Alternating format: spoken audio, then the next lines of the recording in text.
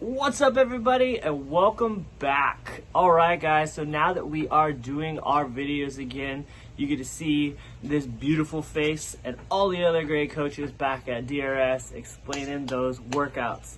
So what do we have for today? Well, as you can see, I am sitting down because unfortunately I don't have a rower home and I don't have any rings, so you get to hear me talk a lot. What we are going to be doing for today is going to be for endurance. We have that long time cap so that you really can get after it, but you can get after it at a good, steady pace. Now, the first one on there is going to be that row. 1,000 meters tells me that it is a little bit on the longer side, so we want to have a nice, good pace. Something where you're pacing through that first 500, and then once you get there, you can kind of pick it up. Don't hammer out that gate and then kind of die down towards the end.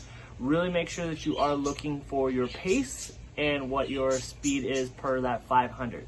If you are seeing me in the morning on Tuesday, I will be explaining that one. So for that, remember, when we are doing a row, the first thing that we are doing is pulling with our legs, maintaining our back, and then our arms. So we are doing 3 motions for that pull of the row. It goes arms, back, and legs.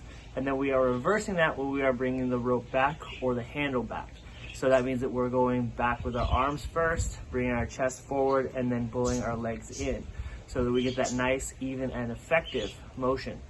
Also, when we are doing that, think of we're going straight in and then pulling straight back out. We don't have any of that wobble or going up and down.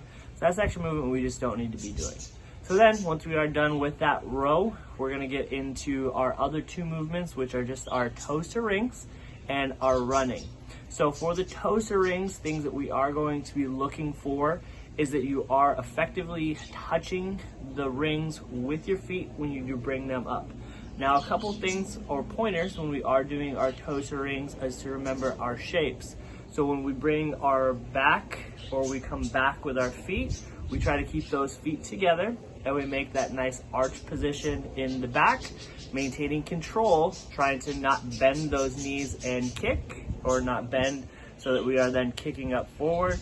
We also want to try and avoid when we're going up, we're not going to be leaning back to try to kick towards the rings.